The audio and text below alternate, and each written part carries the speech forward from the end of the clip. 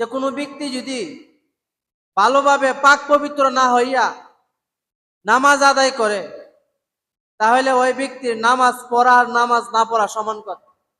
এই জন্য কিতাবের মধ্যে একটা উদাহরণ দিচ্ছে।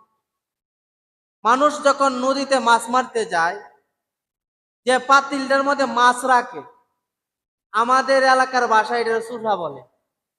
কি কর, আমাদের এলাকায় সুরহা বলে, যে পাতিলটার মধ্যে মাছ রাখে, বাঁশের ইয়ে যে বানা, বেত দিয়া বানা, যে পাতিলটার মধ্যে মাছ রাখে, ওই পাতিলটারে আমাদের ভাষায় সুরহা বলে, বইয়ের ভাষায় ডুরা বলে। আপনাদের এলাকায় ভাষা কি বলে? যে পাতিলটার মধ্যে মাছ রাখে, মাছ মারতে গিয়া।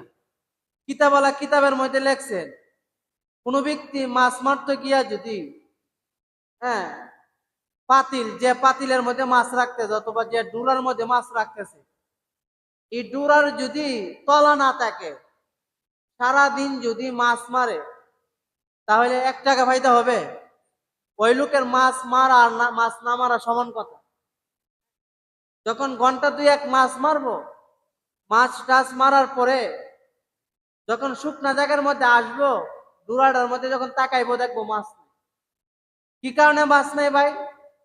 যে তার ডুরার তলা ঠিক নাই। যে ডুরার মধ্যে মাছ রাখতেছে, ডুরার কি নাই? তলা নাই। তদ্রূপ তেমনি ভাবে হাদিস শরীফের মধ্যে আসছে, কোন মুসলমানের সন্তান যদি প্রস্রাব করে ঢিলা ব্যবহার করে না। অনেক মুসলমান এমন আছে প্রস্রাব করে ঢিলা ব্যবহার করে না, প্রস্রাব করে উল্টা যায়। তারা যদি জিজ্ঞাসা করা হয় যে ভাই আপনি ঢিলা ব্যবহার করলেন না কেন? ও ভাই আমি প্রস্রাবের পরে আমার আর প্রস্রাব বাইর হয় না, নাউজুবিল্লাহ কইতেন না? এই জন্য কিতাবের মধ্যে লেখছেন, কোন মুসলমানের সন্তান যদি আপনার প্রস্রাবের পরে ঢিলা না হয়, ঢিলা না লয়, তাহলে ওই লোকের নামাজ পড়ার নামাজ না পড়া সমান কথা। যেমন কোন ব্যক্তি মাছ মারতে গেছে, মাছের কিন্তু মাছের পাতিলের কিন্তু কি নাই? তলা নাই। তলা বিহীন পাতিলের মধ্যে যদি কোনো ব্যক্তি মাছ মারা মাছ রাখে, তেমনি ভাবে মাছ মারা আর মাছ না মারা সমান কথা। তদ্রূপ তেমনি ভাবে কোনো মুসলমানের সন্তান যদি প্রস্রাব করার পরে ঢিলা ব্যবহার না করে, কুলুপ ব্যবহার না করে, তাহলে কিতাবের মধ্যে লেখছেন যে ওই ব্যক্তি নামাজ পড়া আরো বরং গুনাহগার হইব। নাউজুবিল্লাহ কইতেন না? কিতাবের মধ্যে আসছে, হাদিসের কিতাবের মধ্যে, কোন মুসলমানের সন্তান যদি ইচ্ছাকৃতভাবে বিনা উজুতে, উজু নাই ওই লোকটা জানে, বিনা উজুতে ইচ্ছাকৃতভাবে নামাজ আদায় করে, নামাজের মধ্যে দাঁড়ানোর সঙ্গে সঙ্গে ওই লোকটা কাফের হয়ে যায়। নাউজুবিল্লাহ কইতেন না? এই জন্য ভাই আমি আপনি ইবাদত বন্দি করি, আমাদের ইবাদতটা কবুল হওয়ার জন্য কিছু শর্ত আছে। আমাদের প্রয়োজন হইল যখন আমি প্রস্রাব করব, ঢিলা ব্যবহার করব। কিতাবের মধ্যে মানে প্রস্রাবের কতটুকু সময় ধরে রাখবে, এটা বুঝাইতে গিয়া কিতাবের মধ্যে একটা উদাহরণ দিছে। কি উদাহরণ? যে কোনো ব্যক্তি যখন সে ঢিলা নিবে, ঢিলা নিয়া অন্তত 41 কদম হাঁটলে যে পরিমাণ সময় লাগে, এই পরিমাণ সে যেন ঢিলাটা নিয়া ওয়েট করে। আর যদি মনে করে না আমি 41 কদমের আগেই ফেলে দিব, আমি এই ব্যাপারে নিশ্চিত যে আমার প্রস্রাব তারপর আর পড়বে না, তাহলে তার ক্ষেত্রে মাসাল হইল অন্যরকম। আর কিতাবের মধ্যে আসছে যেন ঢিলা নিয়া একটু হাঁটাচড়া করে। কারণ ভাই আপনি প্রস্রাব করার পরে এই যে আপনি ঢিলা নিছেন, আবার টুক করে ফালাই দিছেন, কিছুক্ষণ পরে কিন্তু আবার ওই প্রস্রাবের জায়গা থেকে প্রস্রাব ফুটা ফুটা বের হবে। এই যে আপনার প্রস্রাব গুলি এভাবে বের হইতেছে, আর আপনি যে সারা জীবন এইভাবে নামাজ আদায় করতেছেন, কিন্তু আপনার নামাজ তো কবুল হইতেছেন। কারণ ভাই নামাজের জন্য সর্বপ্রথম শর্ত হইল পাক পবিত্র হওয়া। নামাজের বাইরে 7 ফরজ, শরীর পাক, কাপড় পাক, নামাজের জায়গা পাক, সতর ঢাকা, কিবলামুখী হওয়া, ওয়াক্ত মতো নামাজ পড়া, নামাজের নিয়ত করা। কি প্রথম কইতে যে শরীরটা পাক করা লাগবে। এখন অনেকে আছে যে আপনার পানিতে কি করছে, ডিলা লয়ে লাইছে। আপনি যে পানি যে ডিলার নিছেন, কিতাবের মধ্যে লেখছে সতর্কতামূলক যে পানিতে যে ডিলা নিছেন, নেওয়ার পরে তো ওই জায়গা থেকে আবার কি করতে পারে, পানি বের হইতে পারে। কিভাবে? আপনি একটা গ্লাসের মধ্যে পানি ঢালছেন, ঢালার পর এই গ্লাসের পানিটা ফালাই দিছেন, কিছুক্ষণ পর আবার এই গ্লাসটাই কাজ করবেন, তখন ওই গ্লাস থেকে দুই এক ফোঁটা পানি পড়বো কি পড়তো না? এই জন্য কিতাবওয়ালা এইভাবে উদাহরণ দিছে যে আপনার এই জায়গাটা হলো গ্লাসের মতো, ওই জায়গা থেকে পানি বের হয়েছে, কিছুক্ষণ পরে পানি ব্যবহার করার কিছুক্ষণ পরেও অনেকের ক্ষেত্রে দেখা যায় আবার কি করব, পানি বের হইব।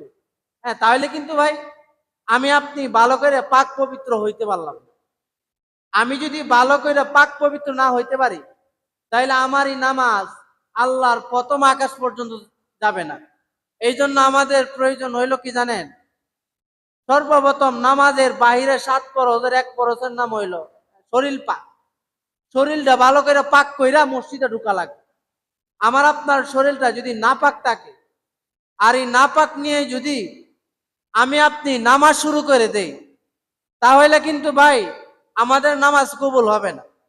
এই জন্য আমাদের প্রয়োজন হইল ভাই, আমি প্রতি মাসে যদি, হ্যাঁ, একজনকে জিজ্ঞাসা করছিলাম যে ভাই আপনি যে ধূমপান খান, প্যাকেটের মধ্যে লেখা আছে ধূমপান স্বাস্থ্যের জন্য ক্ষতিকর।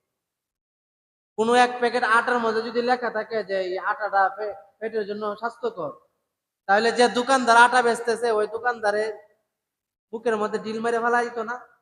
তুমি আটা বেচতেছো আর বলতেছো এই আটাটা খাইলে শরীরের জন্য ক্ষতিকর, ক্ষতিকর আটা বেচো কেন? হ্যাঁ, এমন একটা অভিযোগ করতাম না? কিন্তু ভাই সিগারেটের ব্যাগের কাগজের মধ্যে ব্যাগের মধ্যে লিখে দিছে ধূমপানটা এটা স্বাস্থ্যের জন্য ক্ষতিকর। হ্যাঁ, এই ধূমপান সিগারেট গুলি কিনে আর কি বলে জানে, আমরা যদি সিগারেট না খাই তাহলে তারা চলবো কেমনে, কি করব, তারা চলবো কেমনে? কিন্তু আপনার ভিতরের যে 12টা বাজায় লাইতেছেন ওইটা আপনার খবর নাই। এই জন্য কিতাবের মধ্যে আসছে ধূমপান এটা স্বাস্থ্যের জন্য ক্ষতিকর। আপনি যদি ইচ্ছা করেন তাহলে ধূমপানটা থেকে বিরত থাকা অনেক সহজ। আপনি আজকে 10টা সিগারেট খান, হ্যাঁ, কালকে চিন্তা করবেন যে আমি 9টা খাবো, এরপরের দিন চিন্তা করবেন আমি 8টা খাইবো, এরপরের দিন চিন্তা করবেন আমি 7টা খাইবো। এইভাবে আস্তে আস্তে কমাইবেন। এখন যদি হুট করে যদি কই যে ভাই আপনি সিগারেট খাওয়া ছেড়ে দিন, তাহলে ওই লোকটা বলবো যে ভাই আমার মাইরালা আমি সিগারেট খাওয়া ছাড়তে পারবো না। তাহলে ওটা সিস্টেম হইলো ভাই, আমরা যদি ধীরে ধীরে কমায় খাই তাহলে আমাদের হায়াতটা বৃদ্ধি হইব, আর আমাদের কি হবে, হ্যাঁ, টাকা পয়সার কিছু সাশ্রয় হইব। দেখ আমি যে কথাটা বলতেছিলাম, আমি যদি প্রতিদিন 5টা সিগারেট খাই, 5টা সিগারেটের দাম আছে 50, হ্যাঁ 50 টাকা, মাস শেষে কত আসে 1500 টাকা। আমি 1500 টাকা সিগারেট খাইতে পারি, কিন্তু আমি 12টা টিস্যু 300 টাকা কিনতে পারি না।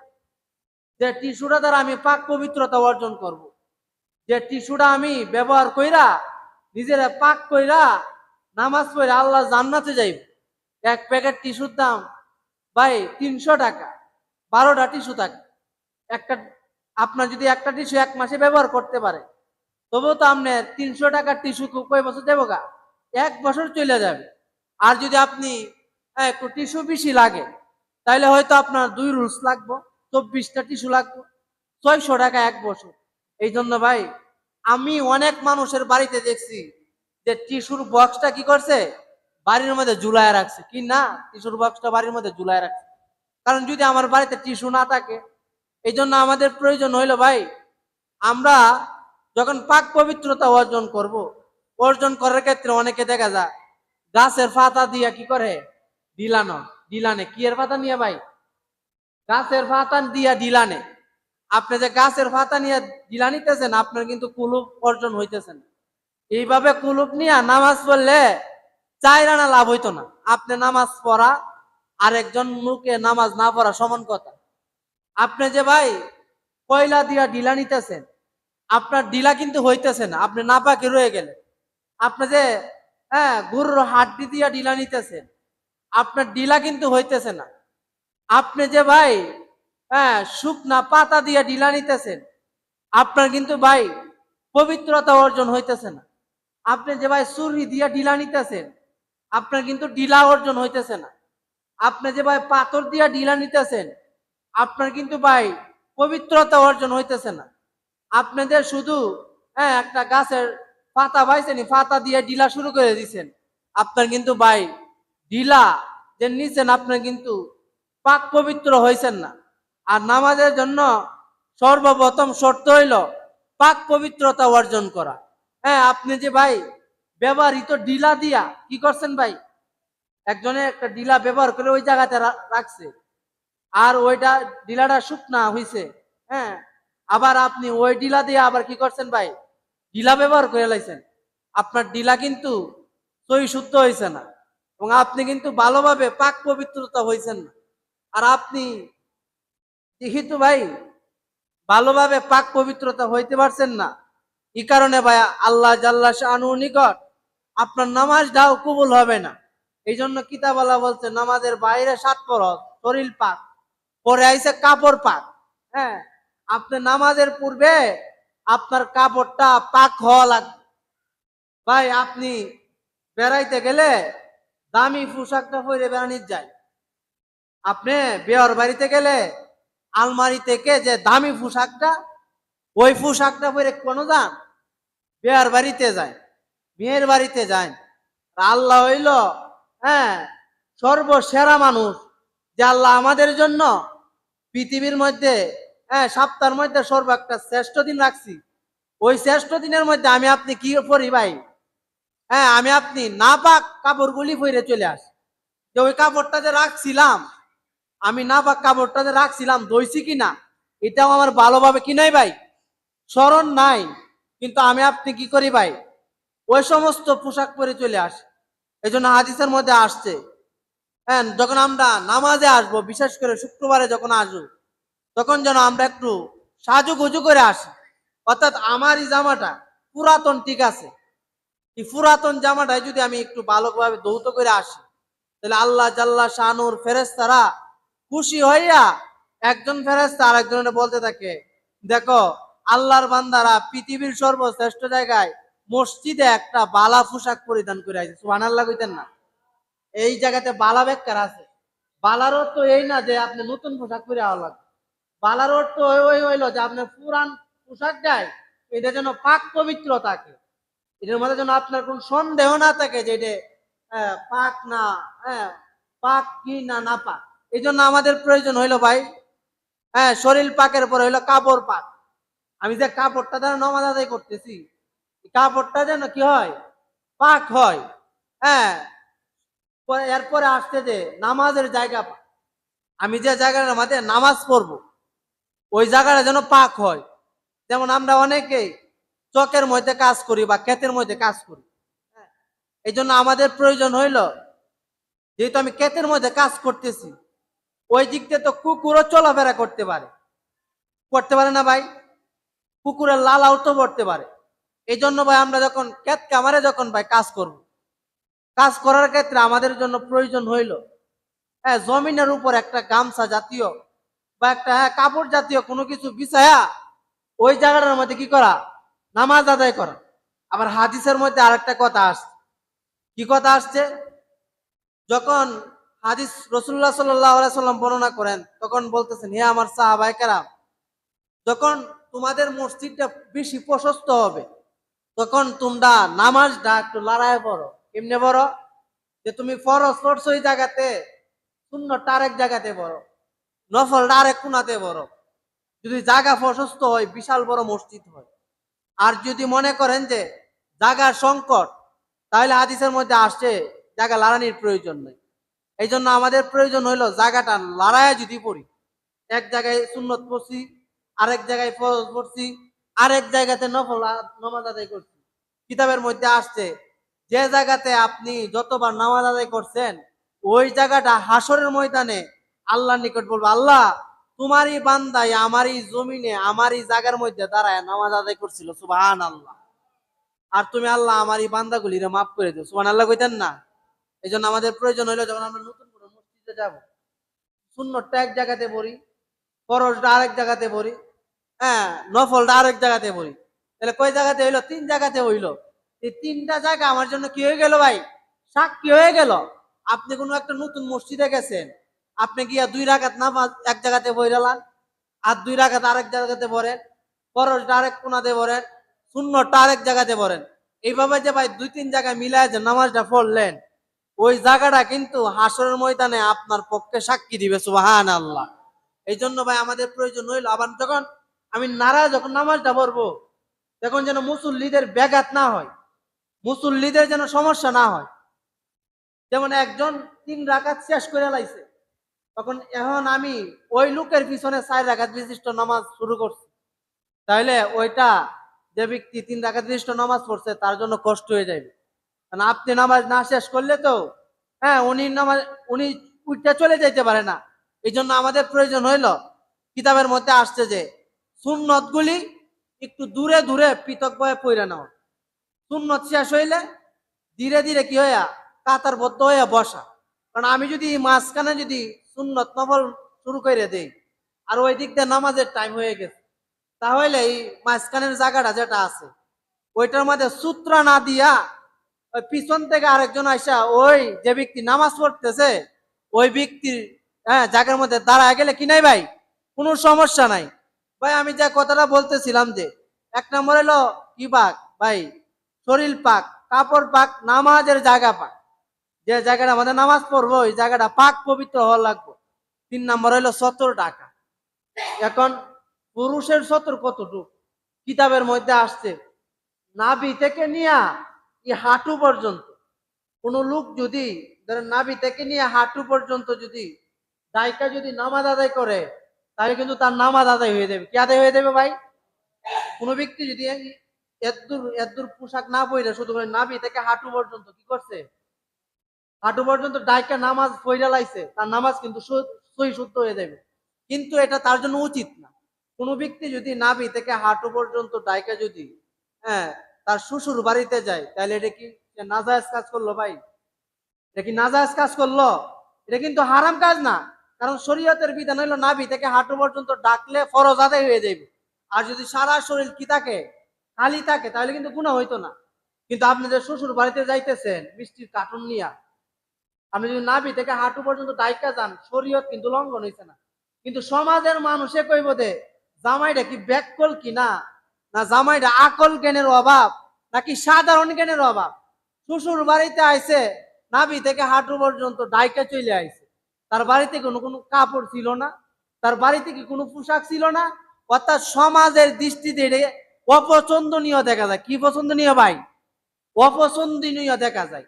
তো ভাই আপনি যখন ভালো পোশাক পরিচ্ছন্ন পরে যাবেন, তখন সমাজের মানুষে বলবো না ছেলেটা ভালো আছে, স্মার্ট হয়ে থাকে।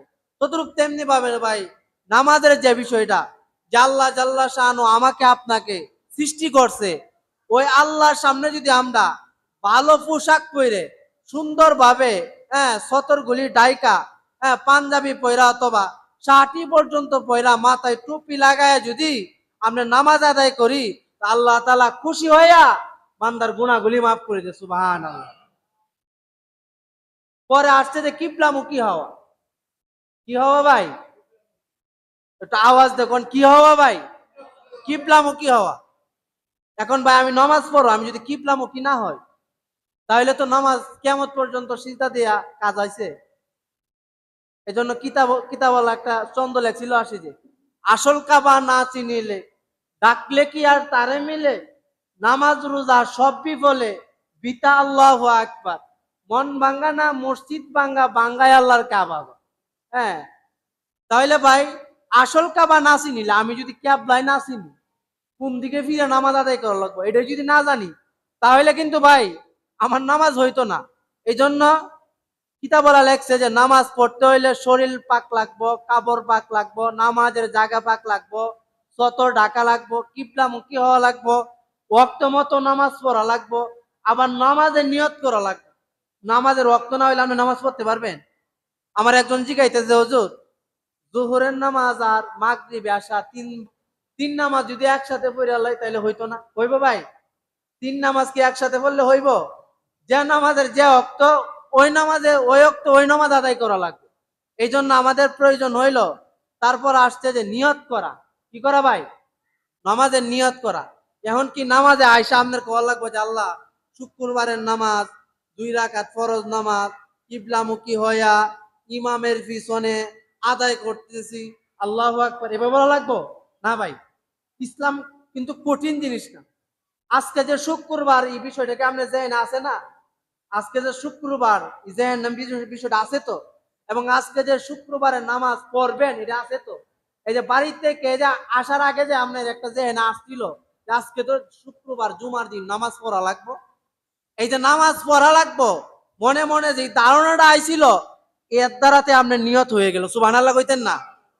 আবার নতুন করে কেবলামুখী হইয়া ইমামের পিছনে আসরের 4 রাকাত ফরজ নামাজ আদায় করতেছি, এত কিছু কর কি নাই ভাই, কোনো প্রয়োজন নাই। এই যে আপনি আসরের নামাজ পড়তে মসজিদে ঢুকবেন, মনে মনে এই ধারণাটা আছে যে আল্লাহ আমি আইছি আসরের নামাজ পড়তে, নামাজ পড়ার জন্য আইছি, এই যে মনে মনে এই ধারণাটা আছে না ভাই, এই ধারণাটাই আপনার নিয়ত হয়ে গেছে, সুবহানাল্লাহ কইতেন না? অনেক মানুষ আছে যে আমি আজকে আসরের নামাজ পড়তেছি, আল্লাহু আকবার, এটা বলছি না তো, আবার নিয়ত ভাঙ্গে আবার নতুন করে নিয়ত করে না। আসলে ভাই ইসলামটা কিন্তু এমন না, আপনি যে মনে মনে ধারণা করে বাড়ির থেকে আইছেন কি নামাজটা পড়ার জন্য, এটা বয়ে বয়ে কইতেছেন না যে আজকে আসরে নামাজ পড়ে যায় মুরো যায়, এই যে আপনি এই কথাগুলি কইতেছেন না, এইটাই আপনার নিয়ত হয়ে গেল, সুবহানাল্লাহ কইতেন না? এই জন্য কিতাবের মধ্যে বলছে যে তুমি কৃষক মানুষ, কৃষি কাজ করে জমিনে চলে যাও, আসরের টাইম হইছে, গামছাটা বিছায়া ওই নাইলের মধ্যে নামাজটা পড়ে নাও, আবার আসরের আগে নামাজ পড়া আবার আসছো, আইসা তুমি মুড়ে গেছো, মুড়ে চাটা খায়া আবার মাগরিবের নামাজটা পড়ো, পয়লা বাজারের জন্য কি কিছু কিনা কাটা ওইগুলো কিনা কাইটা আবার নামাজটা পড়া আবার চলে আসো, আল্লাহ তাআলা খুশি হয়ে তোমার জান্নাতুল ফিরদাউস নসিব করবে, সুবহানাল্লাহ। ভাই আমি আসরের নামাজ পড়ে আমার চা খাওয়ার অভ্যাস, যাই যা আমি চা খাই, সমস্যা কিছু, আবার মাগরিবের নামাজের সময় হয়ে গেছে, চাটা রাখে আবার মাগরিবের নামাজটা পড়ে আবার বাজার সজাটি কইরে আবার যদি ইয়াসার নামাজটা পড়ে আবার যদি বাড়িতে খাওয়া দাওয়া করে ঘুমায় দেয়, আবার যদি ফরজটা পড়ি, তাহলে আল্লাহ তাআলা এই ফাঁকা সময়গুলিকেও নেক দ্বারা পূর্ণ করে দিব, সুবহানাল্লাহ কইতেন না? এজন্য ভাই ইসলাম কঠিন না, আমাদের জন্য প্রয়োজন হইলো, দেখবেন অনেক মুরব্বী আছে, দোকানদারে কইছে চাটা দে, চাটা দিছে, মাত্র 1 কাপের মধ্যে 2টা টান দিছে আর কি চাটার মধ্যে, মুয়াজ্জিনে কইছে আল্লাহু আকবার আল্লাহু আকবার, চাটা তো আয়াত আছে, দোকানদারে বলতেছে ভাই সাহেব চাটা খায়া যান, ওই না মুয়াজ্জিন আজান দিছে ওর নামাজ পড়া লাগবে, আরে নামাজের সময় আছে, কই না না চাটা রেখে দেখাবো না, বিল কত এত টাকা দিয়ে চলে আসে, এমন হয় না ভাই? এমন হয়, এই কারণে তো আল্লাহ তাআলা বলতেছে এই সমস্ত লোক, যে সমস্ত লোক চা খাইতেছে 2 টান দিছে, মুয়াজ্জিন আল্লাহু আকবার বলছে, এই কথা শুনে 4 কাপটা রাইখা বিল্লে দিয়ে আবার চলে আসে, হে ফেরেশতারা আমি খুশি হইয়া এই সমস্ত বান্দাদের জীবনের গুনাহগুলি মাফ করে দিই, সুবহানাল্লাহ। এই জন্য ভাই আজকে আলোচনা করলাম পাক পবিত্র, আল্লাহ তাআলা আমাকে আপনাকে পাক পবিত্র হওয়ার তৌফিক দান করুন।